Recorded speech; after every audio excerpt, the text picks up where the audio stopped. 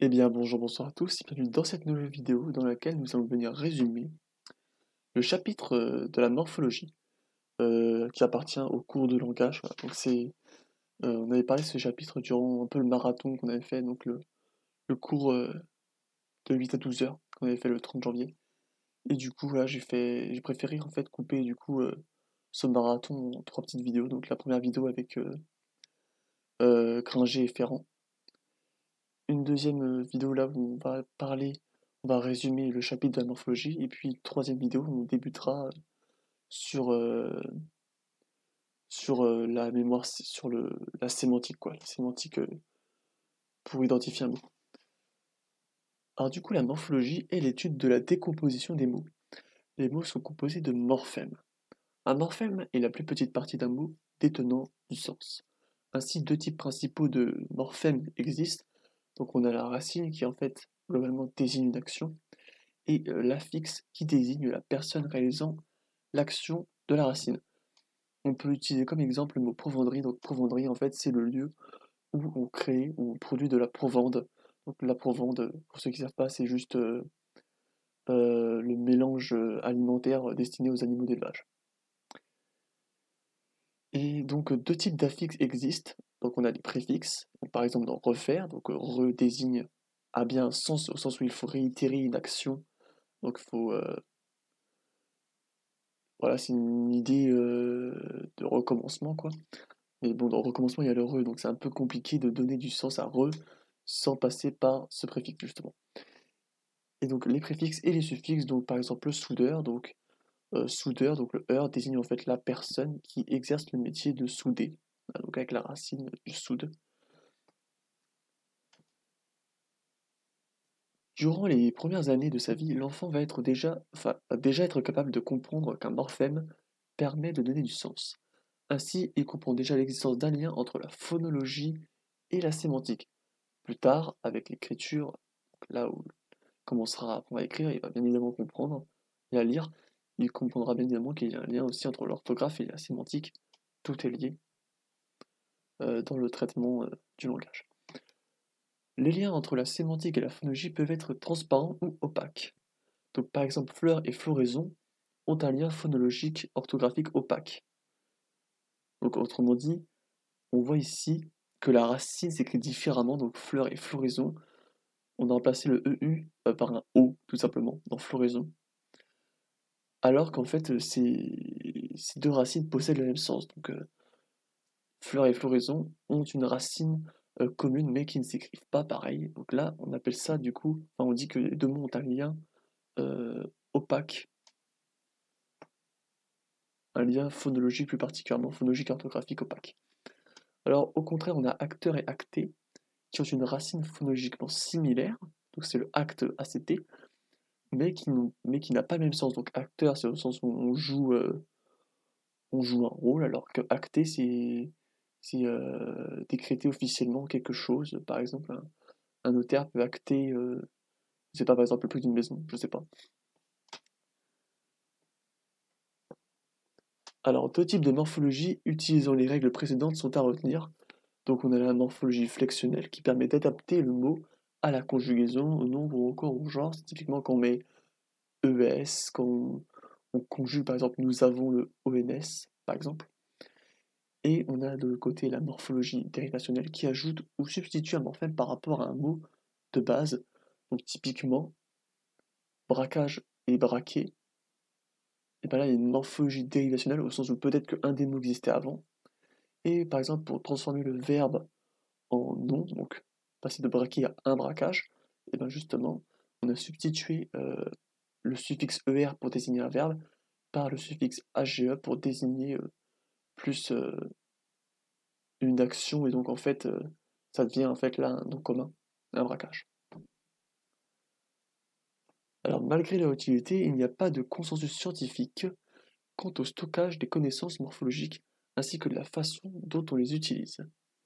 Les connaissances morphologiques sont absentes du trinôme représentatif que nous voyons depuis le premier siècle. Donc vous savez, c'est le triangle où il y a le lexique orthographique, le lexique phonologique et la mémoire sémantique qui ont chacun leur représentation et qui communiquent entre eux. Mais là, dans ce modèle-là, comme vous pouvez le voir sur le diapo de toute manière, il n'y a pas la morphologie. Alors nous allons voir plusieurs théories qui traitent de la place de la morphologie dans l'identification d'un mot. Tout d'abord, on a la théorie du listing exhaustif ou du listage, pour ceux qui n'aiment pas trop les anglicismes, de Manelis et Taps en 77, qui indique que toutes les morphologies seraient présentes dans notre lexique orthographique. Donc ainsi nous aurions une représentation orthographique de peindre, complètement dépendante de repeindre ou encore dépeindre. Donc là en fait on aurait peindre, dépeindre, repeindre qui seraient complètement indépendants, chacun serait une représentation différente des autres, alors qu'on voit bien qu'il y a la racine est commune. Donc il y aurait une représentation orthographique pour chaque mot, même si les racines sont communes. À partir du moment où il y a une petite différence d'un affixe, ça fait une représentation orthographique différente.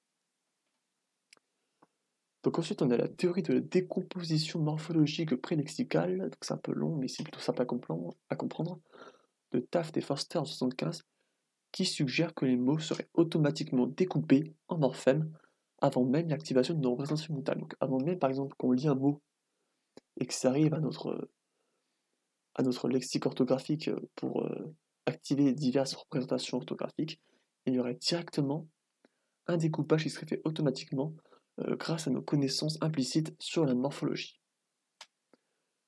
Et de cette façon, seule la représentation mentale de la racine serait activée. Donc par exemple, si on a le mot découdre, eh ben, il y aurait un découpage automatique et ça viendrait activer que la représentation mentale, représentation orthographique par exemple, de coudre.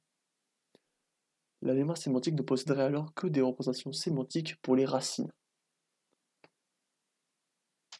Alors cette théorie a été remise en cause, car si on suit cette théorie, la représentation sémantique de découdre et recoudre serait la même, donc la représentation sémantique de coudre, vu qu'on a enlevé sur cette théorie le D et le RE de chaque mot, alors qu'en fait ces deux verbes sont opposés. Découdre et recoudre, c'est complètement opposé. Et oui, donc si on suit cette théorie, mais en fait, pour nous, au niveau sémantique, ça voudrait dire la même chose. Mais on voit bien que ce n'est pas le cas. De plus, certains mots peuvent posséder de faux affixes. Donc, par exemple, le verbe débarrasser ou le verbe dégager. Alors, est-ce que vous connaissez le verbe gager ou le verbe barrasser? Donner un gage, je ne sais pas si on peut dire gager, en tout cas le verbe barrasser, je suis sûr que ça n'existe pas. Embarrasser, oui, barrasser, non. Et aussi, il y a les verbes décorer, donner au cours, décorer aussi. Le verbe corer n'existe pas.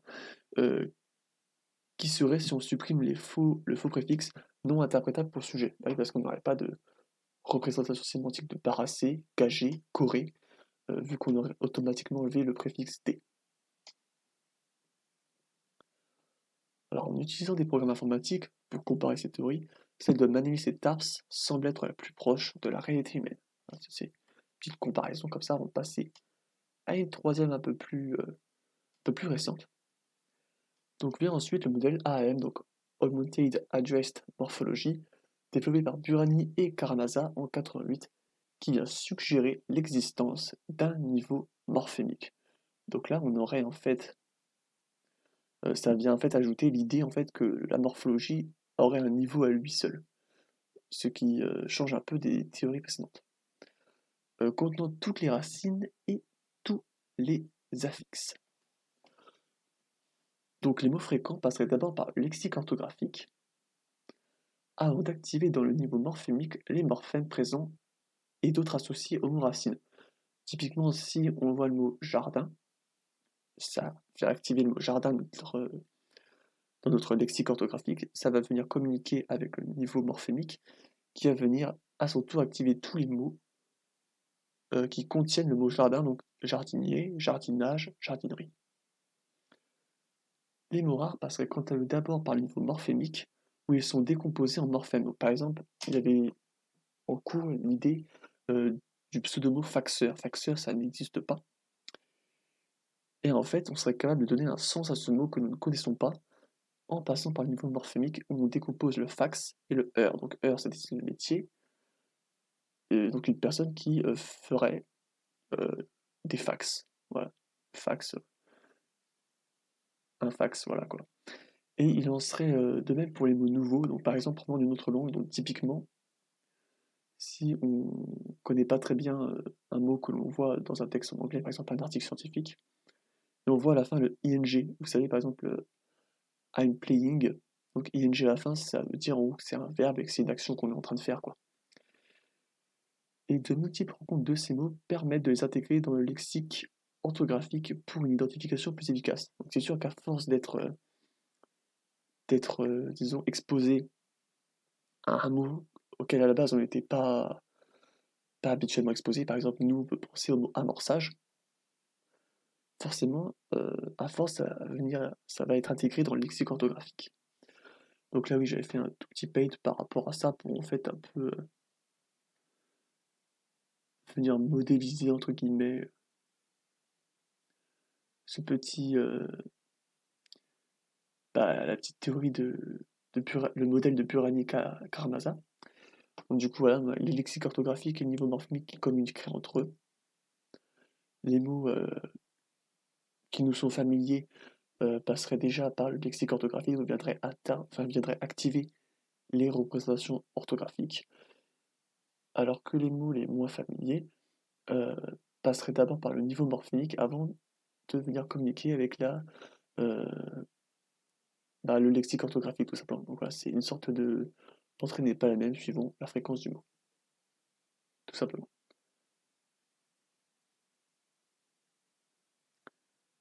Hop, j'en étais à là. Alors l'absence de consensus sur la place de la morphologie a permis la création de théories hybrides, dans lesquelles le stockage des morphèmes dépendrait de leur type. Donc je rappelle les différents types flexionnels et dérivationnels. Dérivationnel, c'est la création de nouveaux mots. Flexionnel, c'est par rapport à la conjugaison, au nom, au genre, etc. Et donc, au sens où oui, il y avait l'idée ici avec Burani et Karamasa d'un niveau morphemique, alors que selon Manelis et Tarbes, en fait, il n'y aurait pas vraiment de niveau morphemique, ça serait dès qu'il y a un affixe supplémentaire, hop, ça ferait une nouvelle représentation orthographique. Alors nous allons nous pencher sur le modèle de la convergence des codes de Seidenberg et McClelland en 89. McClelland, encore lui. Alors ce modèle s'inspire du fonctionnement cérébral. On appelle ce type de modèle un modèle de réseau de neurones formels. Ah, c'est un peu... Je ne sais pas si c'est bien utile à retenir ça, mais ce qui est important de retenir, c'est ce que nous dit le modèle.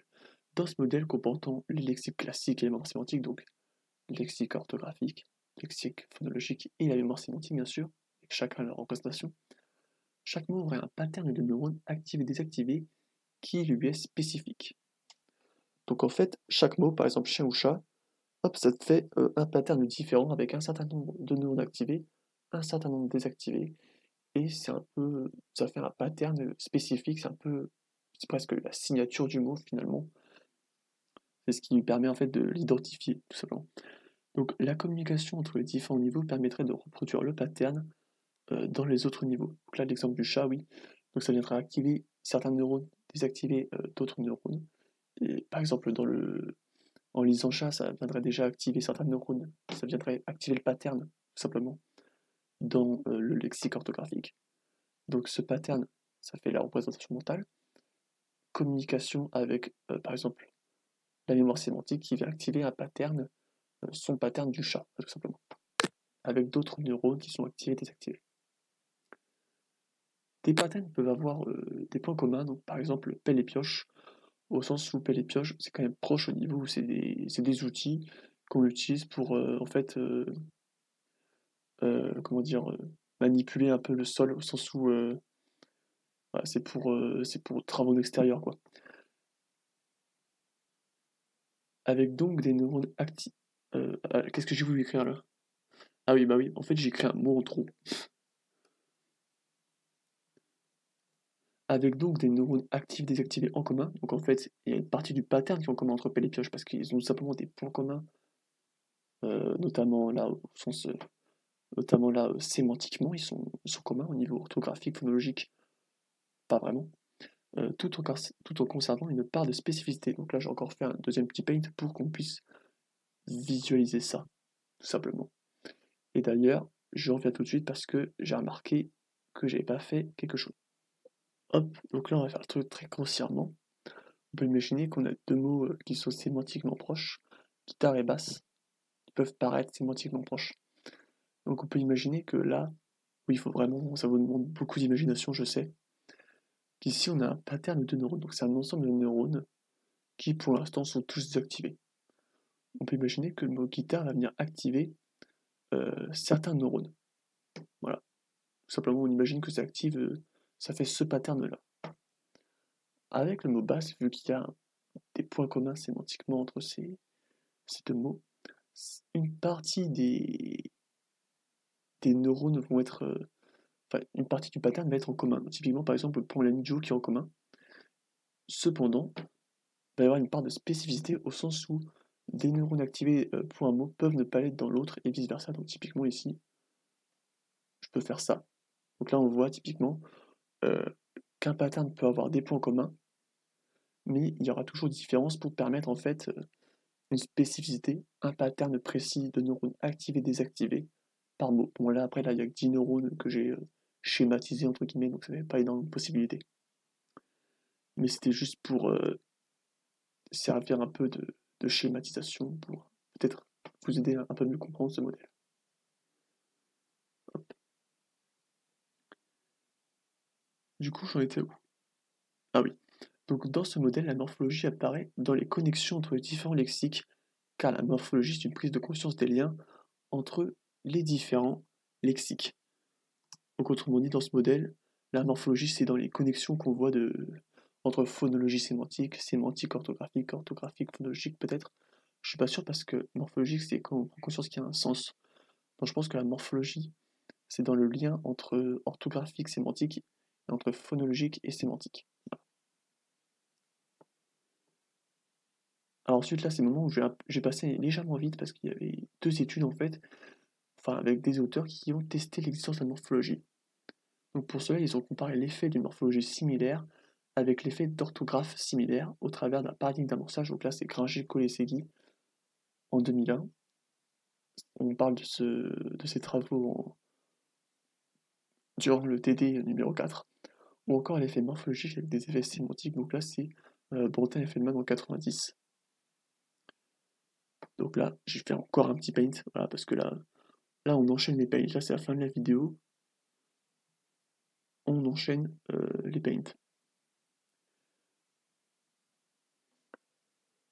Alors du coup, oui, pour bien se souvenir, Gringer et Collaborateur 2001, il y a eu un paradigme d'amorçage, où en fait on a comparé trois conditions différentes. Donc la condition euh, où il y a un lien morphologique avec, entre l'amorce et la cible, un lien orthographique, ou juste aucun lien, donc c'est la condition contrôle.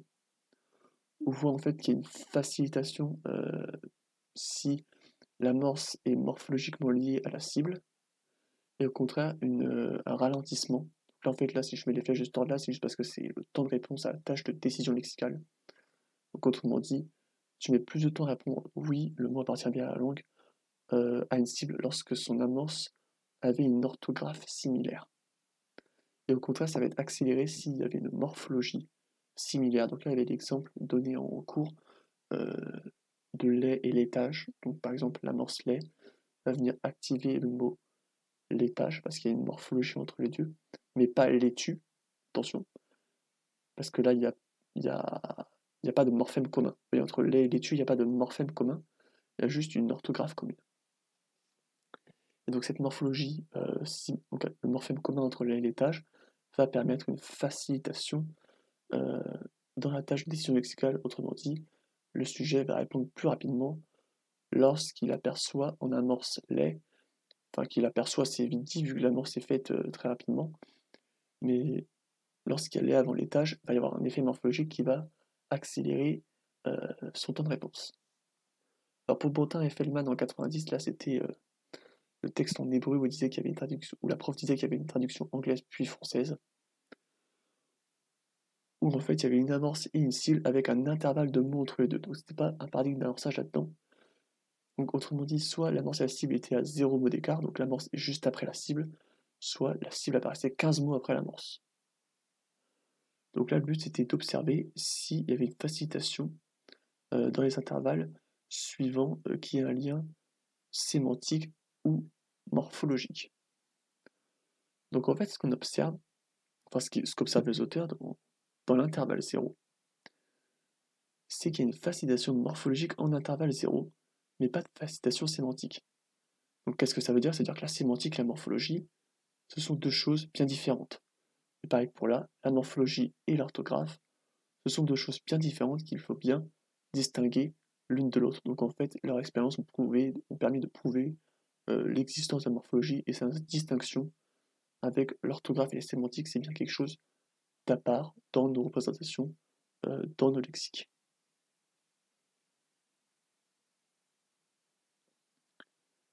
Et d'après leurs résultats, une morphologie similaire permet des performances en tâches de décision lexicale supérieures par rapport aux simples effets orthographiques et sémantiques.